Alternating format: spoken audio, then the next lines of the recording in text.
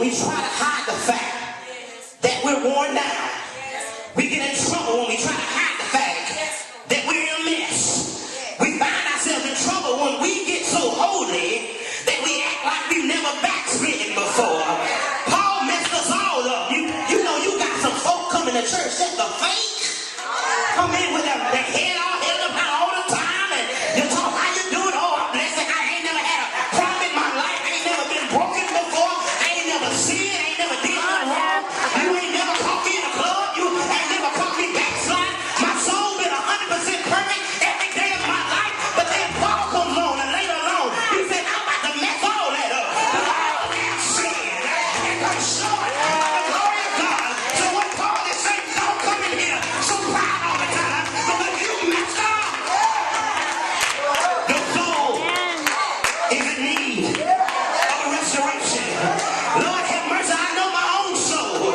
That there's a time in my life when my soul gets worn down that I can't do nothing but say, God, restore me. It's our first step. We got to be big enough.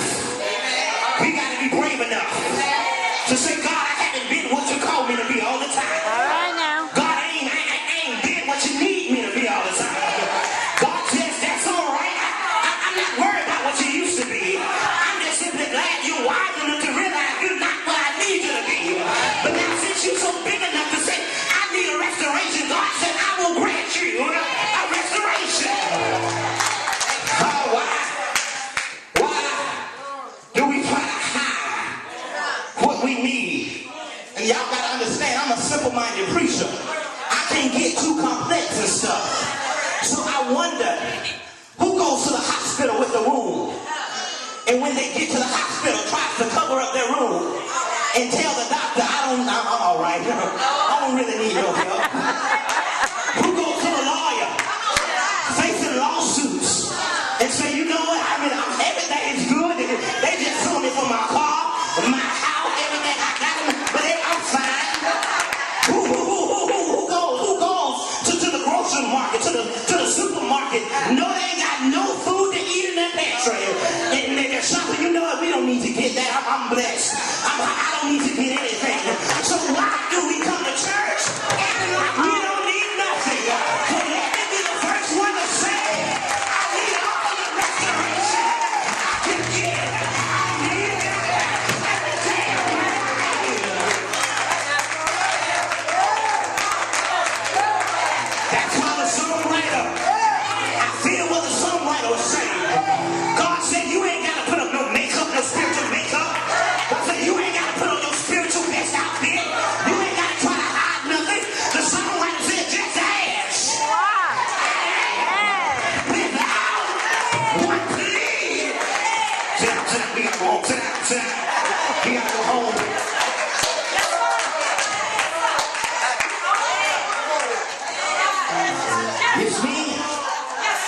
It's me, oh Lord. Might not be my mother. Might not be daddy. Might not be my sister. Might not even be my brother, but it's me. I can speak for them, it's me. Who's standing in the need of prayer. But not only, we go home in a second. Not only is he encouraging us not to be ashamed of our brokenness. And not to be ashamed that we need to be repaired. But David also lays on us the knowledge to understand that we are unable to perform this restoration. Look at it, he says, he. And if you look at your Bible, he has capital letters. That has a capital H. He says, he restoreth my soul. David gives no inclination that it was me who brought my own self out. David doesn't go into a diatribe about how he got himself right. He doesn't talk about how he cleaned himself up. But he's saying it's me, it was he that restoreth my soul. The evidence of this is clear. And his mess up with Bathsheba. Again, Nathan said, bro, let me tell you. Got a story to tell you. Dude had all his own stuff. He saw somebody else with something. And because he wasn't satisfied with what he had, he went and got his neighbor's stuff. David said, no, that did not happen. Bring him to me now. Nathan said, David, come with me. David said, where we going? I'm taking you to King David because King David want to see you. Because you are the man. But understanding that his soul has been messed up, he doesn't worry about how he is going to fix it. Not worried about how he is going to get right. But in the 51st Psalm, he said, purge me with hyssop. Wash me that I might be whiter than snow. The problem is that when we find ourselves broken, we spend too much time trying to fix our own situation. Preach it. We find ourselves financial buyers. Instead of paying our tithes and our offerings, we find other stuff. I'm talking to myself for y'all. All right. Y'all know how it is. Y'all riding down if you're in Augusta going highway. As soon as you come into that curve, right after you pass through Regency Mall, it's a sign up there. That sign says Mega Millions. Yep. And it says Powerball. And Lord, don't have mercy. I look at that sign. If I could just one time. But he says, bring all your tithes to the storehouse. See, coming out of your brokenness, listen to me now. It's not simple psychology. It's not psychiatry. It's not therapy. But it's opening yourself up and allowing God to do what he does best. You can't heal yourself. It's a lot of stuff we can do, don't get me wrong. But there are some diseases, some things we're going through that we cannot heal ourselves from. But it takes the power of God. You remember in Mark, there was this man who had been possessed by demons. Demons venom. He says, you remember when Jesus says, what is your name? He says, my name is Legion. Legion means many. Since there were many demons in men, as we read the text, it said, no one could tame this demon. No one until Jesus came. And I just want to stop by there. There's some demons in our lives that are breaking us. And instead of looking around earth for the answer, instead of searching this earth for the answer, realize that only God can give you your restoration. And lastly, not only does he tell us, don't be ashamed if you're broken.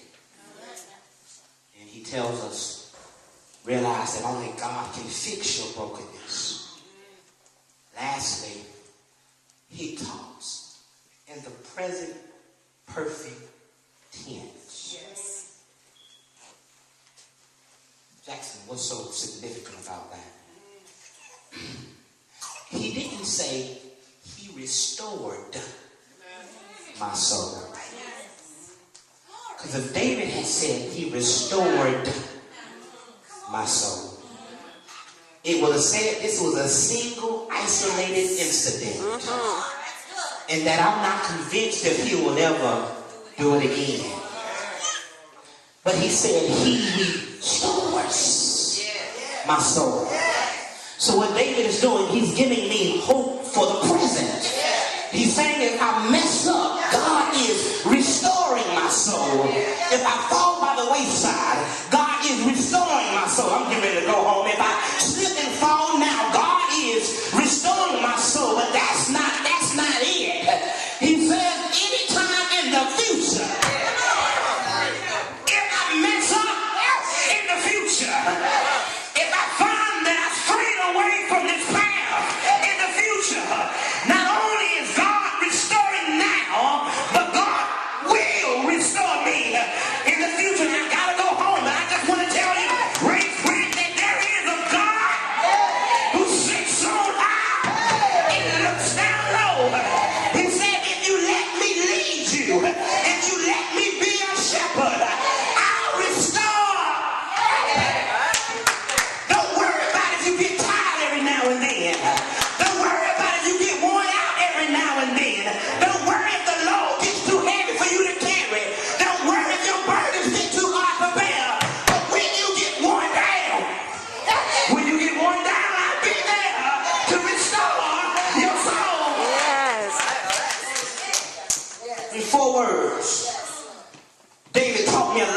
him.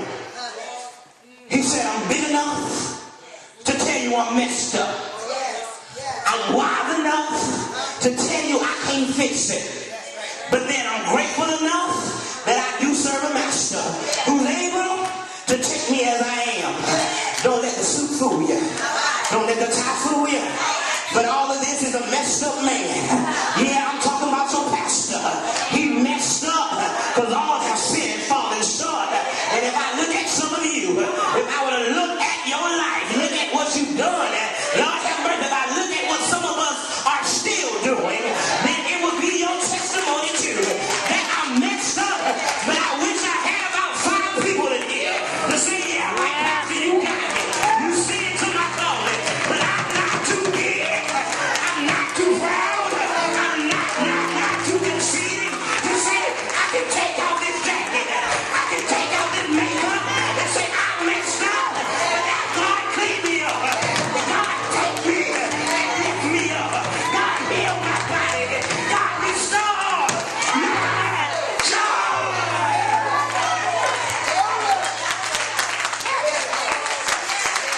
Take me as I am. I'm not going to put on a show. Because if I come as I am, God knows how to clean me up. If I come with my problems, God knows how to take care of them. If I come in my situation, God will. God will. God will. God will. God will. God will. Lord, I might need you a Baptist church today. God will. God will. He will make a way. Convinced. Oh, Lord. Convinced. God will. Take me out of my problem. He fix up my soul. Then I can declare. On the battlefield. For my Lord.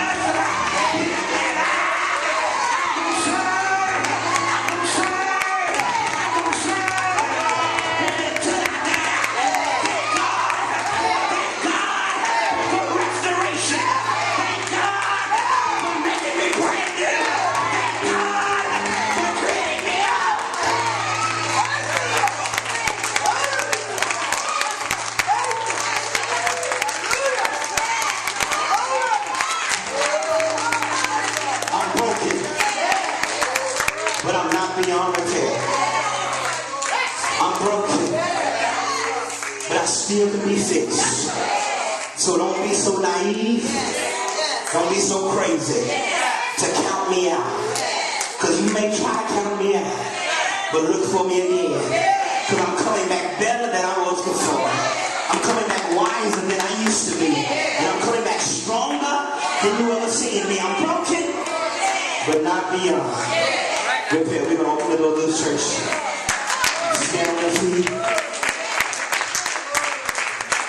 Lord, whatever you're doing in this season, don't do it without me.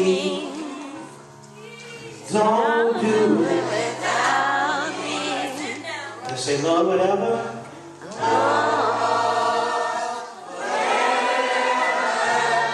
You're doing this season. Please don't do it without me. Don't do it. Don't do it without me. Say, Lord, if you're blessing